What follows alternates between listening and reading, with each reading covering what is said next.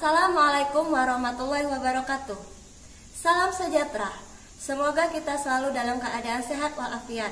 Pada pertemuan kali ini, Ibu Rara akan membahas materi tentang perlawanan Mataram terhadap VOC.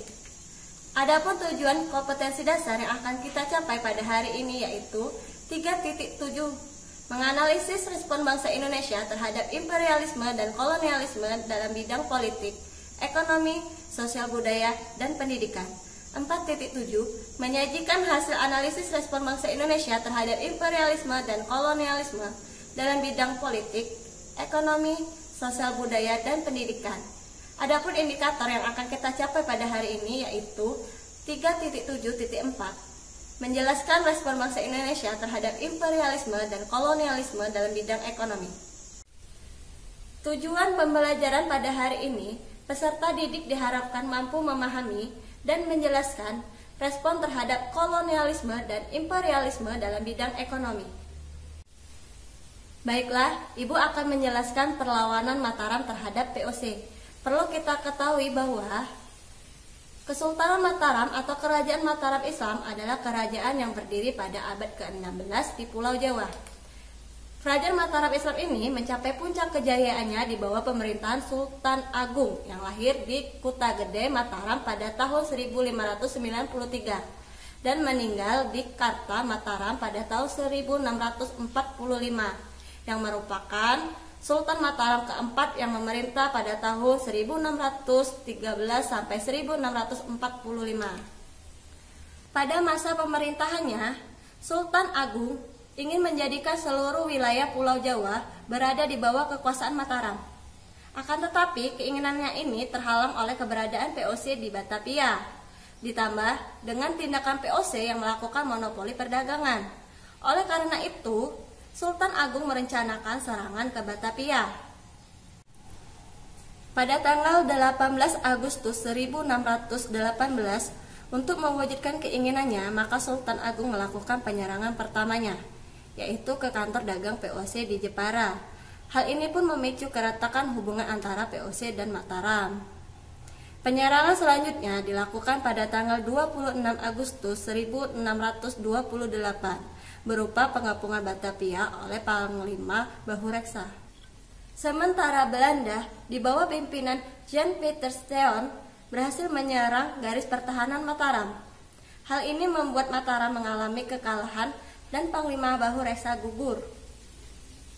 Walau mengalami kegagalan, Sultan Agung tidak menyurutkan semangatnya untuk mengusir VOC dari Batavia.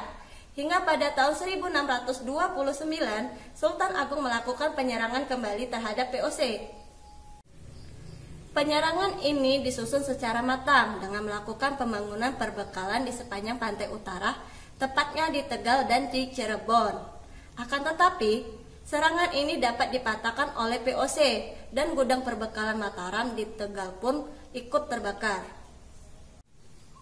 Kegagalan demi kegagalan terus terjadi hingga Sultan Agung meninggal pada tahun 1645 dan digantikan oleh putranya yaitu Amangkurat I.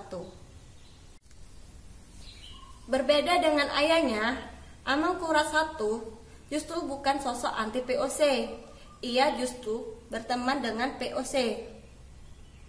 Pada tahun 1645 hingga 1677 terjadi pertentangan dan perpecahan dalam keluarga kerajaan Mataram Islam.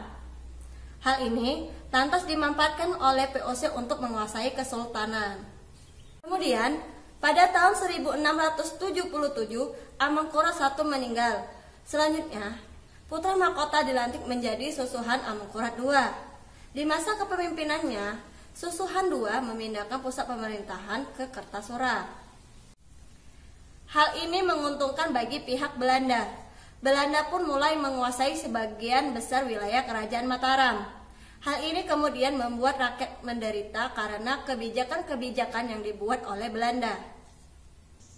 Kepemimpinan Kesultanan Mataram pun terus berganti. Tata kerajaan selanjutnya diwariskan kepada Amangkurat III, Pakubuwana I, Amangkurat IV, dan Pakubuwana II. Akhir dari kejayaan kerajaan Mataram Islam ini terjadi pada kepemimpinan Pakubuwana II. Hal ini ditandai dengan penandatanganan penyerahan kedaulatan Mataram kepada POC pada 11 Desember 1749. Namun, secara de facto, Mataram ditundukkan sepenuhnya pada tahun 1830. Itulah pembahasan mengenai perlawanan Mataram terhadap POC. Adapun kesimpulan pelajaran kita pada hari ini bahwa Kesultanan Mataram Islam merupakan kerajaan yang berdiri pada abad ke-16 Masehi dan masa kejayaannya dipimpin oleh Sultan Agung. Mataram akhirnya ditundukkan oleh POC secara de facto pada tahun 1830.